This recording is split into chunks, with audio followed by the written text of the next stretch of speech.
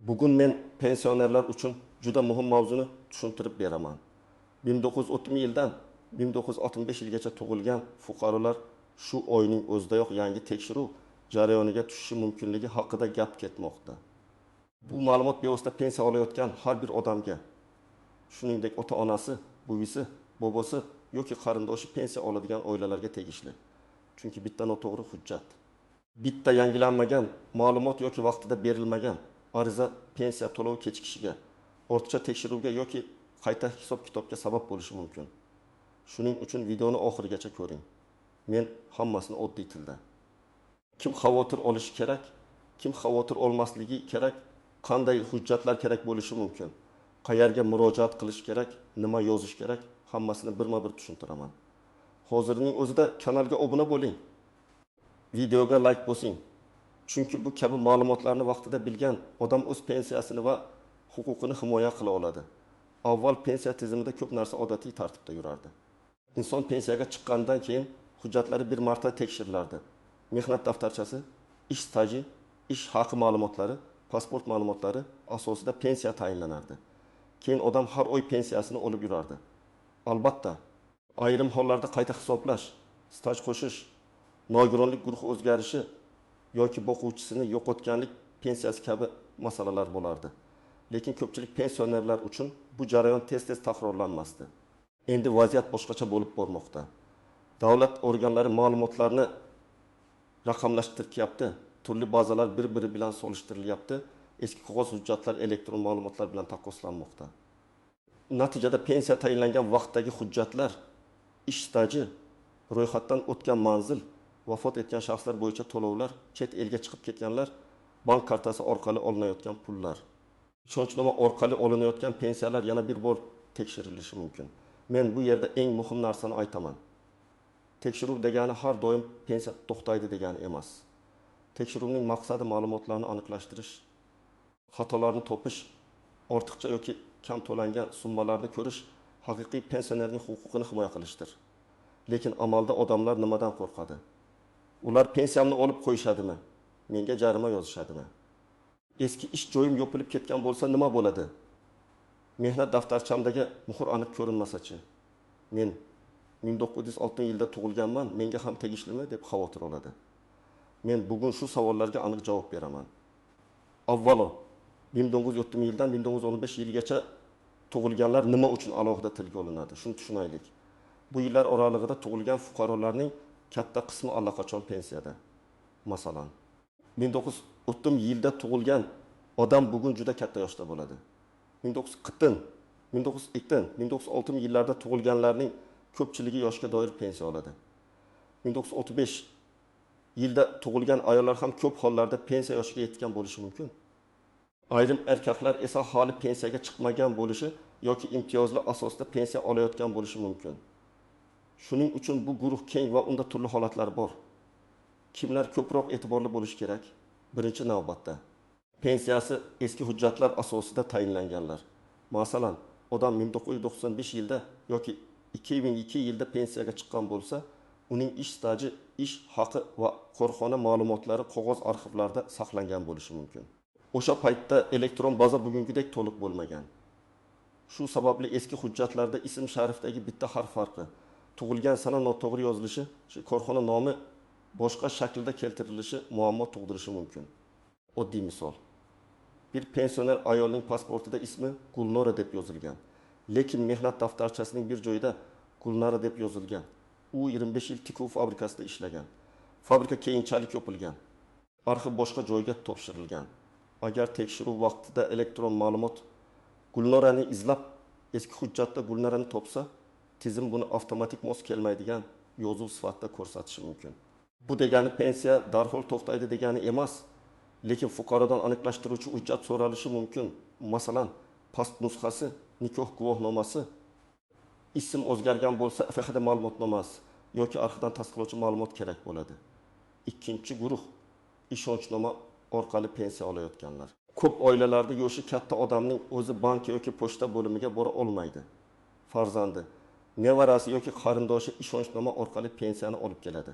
Bu qonuniy holat bo'lishi mumkin. Lekin aynan shu yerda tekshiruv kuchayishi tabiiy. Chunki tizim pensioner haqiqatan tirikmi? Manzilda yashayaptimi? Ishonchnoma amal qilyaptimi? Pul pensionerning o'z ehtiyoji uchun ishlatilyaptimi? Shularni aniqlashtirish mumkin. Agar ishonchnoma muddati tugagan bo'lsa, notarius hujjati eski bo'lsa, pensionerning pasporti yangilangan bo'lsa, albatta yangilash kerak. 3-guruhi. Chet elga uzoq muddatga ketgan pensionerlar. Masalan, pensioner Rossiyaga, Qozog'istonga, Turkiyaga yoki boshqa davlatga farzandlari yoniga ketgan bo'lishi mumkin. Ba'zi hollarda odam vaqtincha ketadi. Ba'zi hollarda esa yillar davomida qaytmaydi. Pensiya qonunchiligida doimiy yashash joyi, hisobda turish, to'lovni olish tartibi bo'yicha aniq talablar bo'lishi mumkin. Shuning uchun chet elda bo'lgan pensionerlar o'z holatini aniqlashtirib olishi kerak. Men bu yerda hammaga bitta maslahat beraman, menga hech narsa bo'lmaydi deb yurish kerak emas. Agar pensioner chet elda bo'lsa, uning yaqinlari pensiya jamg'armasi yoki mas'ul idoradan to'lov tartibi bo'yicha rasmiy javob olgani ma'qul. 4-guruh. Ish staji bo'yicha qo'shimcha hujjat taqdim etganlar yoki pensiyasini qayta hisoblatganlar. Masalan, odam ilgari 22 yil staj bilan pensiyaga chiqqan, keyin arxivdan yana 5 yil ish staji topgan va pensiyasini oshirgan. Bunday holatlarda ham hujjatlar qayta ko'rilishi mumkin. Agar arxiv ma'lumotnomasi haqiqiy bo'lsa, unda hech qanday muammo bo'lmaydi. Lekin ma'lumotnoma noaniq, mursiz, imzosiz, noto'g'ri sanali bo'lsa, qo'shimcha tekshiruv bo'lishi mumkin. Endi kimlar ortiqcha xavotir olmasligi kerak? Agar sizning pensiyangiz qonuniy tayinlangan bo'lsa, hujjatlaringiz to'liq bo'lsa, pasport ma'lumotlaringiz yangilangan bo'lsa, yashash manzilingiz aniq bo'lsa, pensiyani o'zingiz olayotgan bo'lsangiz yoki ishonchnoma tartibda bo'lsa, siz vahimaga tushmang. Tekshiruv sizga faqat ma'lumotlarni tasdiqlash sifatida tegishi mumkin. Eng muhimi, chaqiruv kelsa yoki xabar berilsa, e'tiborsiz qoldirmang. Keling, real hayotga yaqin yana bir nechta misolni ko'ramiz. Birinchi misol, 1942 yilda tug'ilgan erkak 2012 yilda pensiyaga chiqqan. Uning 35 yil staji bor. Ish haqi ma'lumotlari elektron bazada mavjud. Bank kartasi o'z nomida manzili propiskada ko'rsatilgan. Bunday odam tekshiruvdan qo'rqmasligi kerak. Agar tizim uni chaqirsa, u pasportini va pensiya hujjatlarini ko'rsatadi. Ma'lumotlar mos keladi. Jarayon tugaydi. Ikkinchi misol, 1947 yilda tug'ilgan ayolning pensiyasini nevarasi olib yuradi.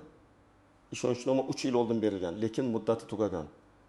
Ayolning pasporti esa yaqinda ID kartaga almashtirilgan. Bu holatda bank yoki pensiya organi to'lovni vaqtincha ushlab turishi yoki hujjatni yangilashni so'rashi mumkin.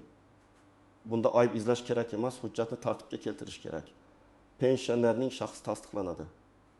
Yangi ishonchnoma rasmiylashtiriladi, to'lov davom etadi. Hurmatli. 3-misol, 1933 yilda tug'ilgan ayol pensiyaga chiqqan, lekin uning mehnat daftarchasida 1932-1960 yillardagi ish joyi bo'yicha muhr juda xira, korxona tugatilgan. U pensiya tayinlash vaqtida arxiv ma'lumotnomasi bergan. Endi tekshiruvda shu ma'lumot yana so'ralishi mumkin.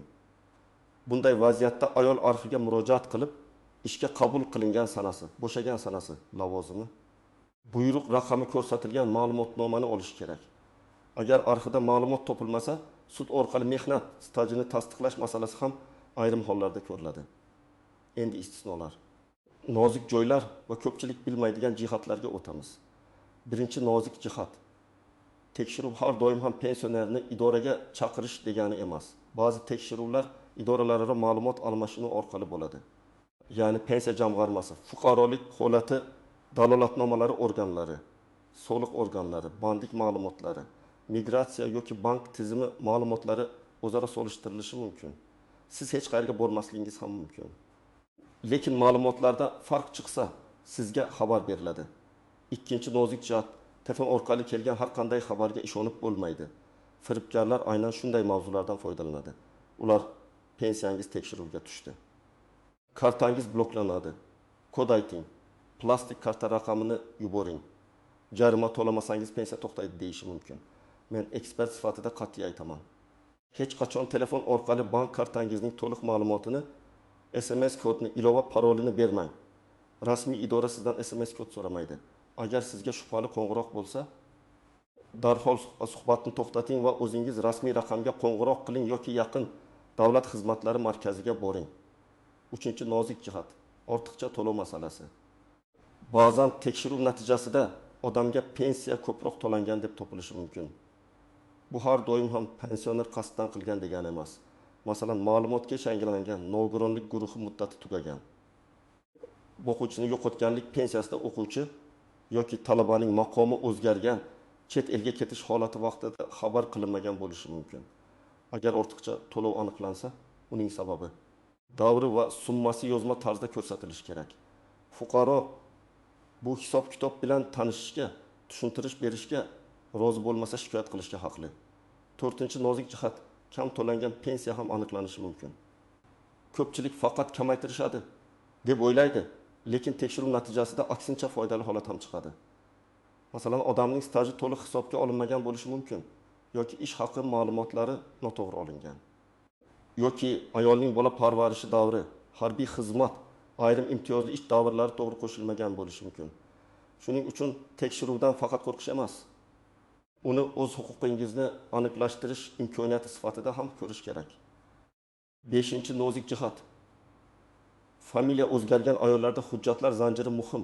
Masalan, qiz familiyasida maktabdan keyin ishga kirgan, keyin turmushga chiqqan, familiyasi o'zgargan, keyin ajrashgan yoki yana familiya o'zgargan. Mehnat daftarchasi bir familiyada, diplom boshqa familiyada, pasport 3-familiyada bo'lishi mumkin.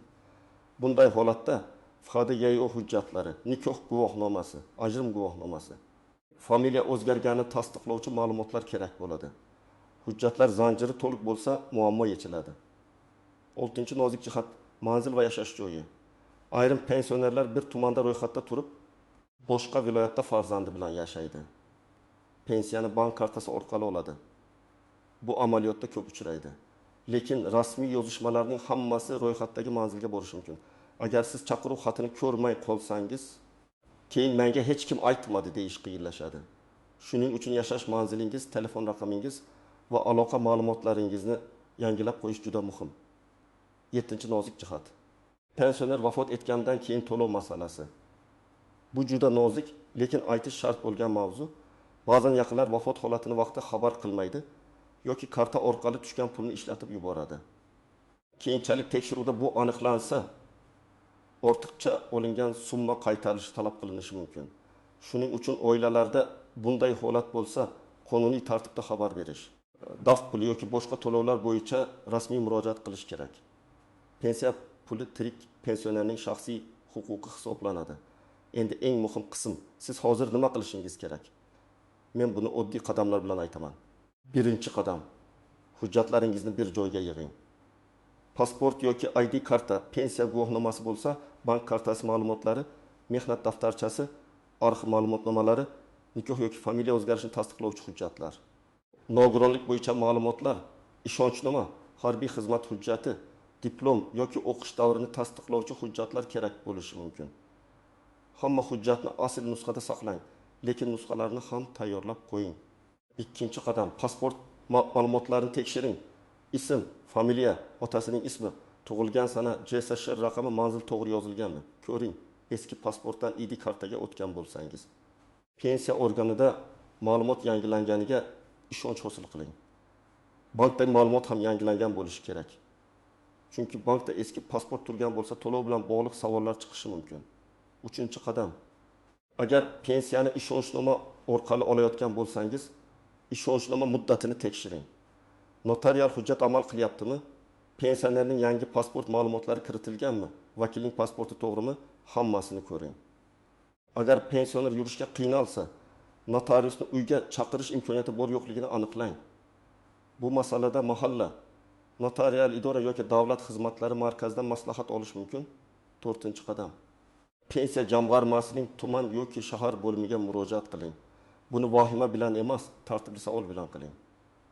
Masalan, arizada shunday yozish mumkin.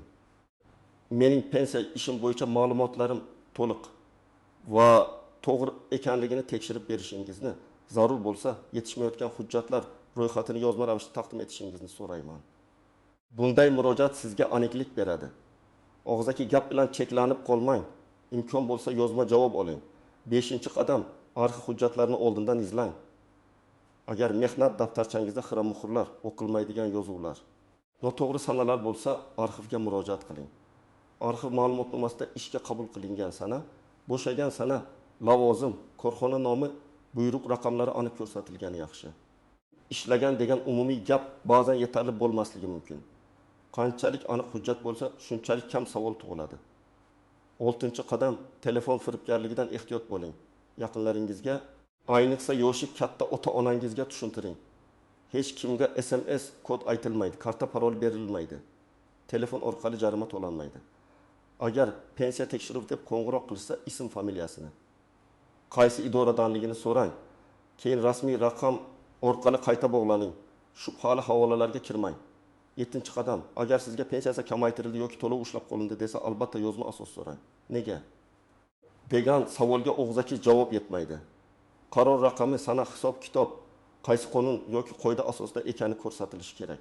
Agar rozi bo'lmasangiz, yuqori turuvchi organlarga, davlat xizmatlari markaziga, sudga yoki huquqiy maslahat beruvchi tashkilotlarga murojaat qilish mumkin. Huquqingizni himoya qilish uchun avvalo qo'lingizda yozma hujjat bo'lishi kerak. 8-qadam, oila ichida mas'ul odam belgilang. Ko'p pensionerlar hujjat masalasida qiynaladi. Farzand yoki nevaralardan biri hujjatlarni tartibga solib, nusxalarini chiqarib, telefon raqamlarini yozib, qaysi idoraga qachon borilganini qayd qilib borsa, ko'p muammo oldinadi. Masalan, oddiy papka oching. Pasport, pensiya, mehnat daftarchasi, arxiv, bank, ishonchnoma deb ajrating. Bu oddiy tuyuladi.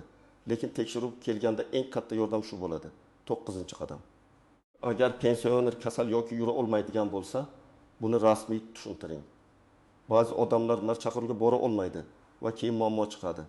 Bunday vaziyatda yaqinlari tibbiy ma'lumotnoma, vakillik hujjati yoki ariza bilan murojaat qilishi mumkin. Arizada falonchi fuqaro sog'lig'i sababli shaxsan kela olmaydi. Hujjatlarni ko'rib chiqish yoki uyga chiqib o'rganish tartibini tushuntirib berishingizni so'raymiz deb yozish mumkin. Eng yomoni umuman javob bermaslik. 10-qadam, pensiya miqdorini o'zingiz ham nazorat qiling. Har oy qancha tushyapti? Oldingi oy bilan farq bormi? Qo'shimcha to'lov bo'ldimi? Ushlab qolish bormi? Ko'rib boring. Agar bir oyda pensiya odatdagidan kam tushsa, darhol bankdan yoki pensiya bo'limidan sababini so'rang. Vaqtida so'ralgan savol keyingi katta muammoni oldini oladi. Men yana bir narsani alohida ta'kidlayman. Tekshiruvdan qochish kerak emas. Qochish qo'ng'iroqqa javob bermaslik, xatni olmaslik, keyin boraman deb yurish masalani og'irlashtiradi.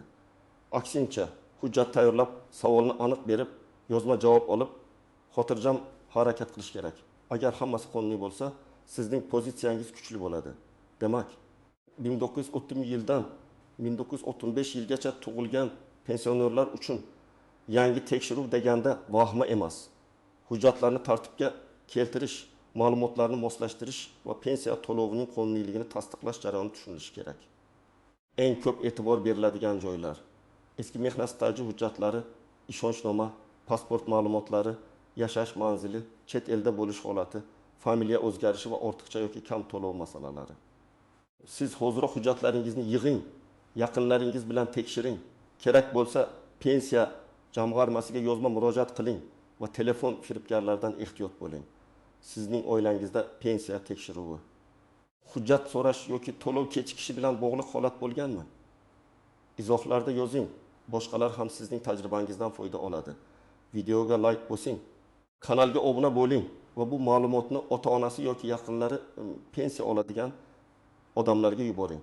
Bunday mavzularda eng katta himoya bu vaqtda bilish, hujjatni tartibda saqlash va o'z huquqini aniq talab qilishdir.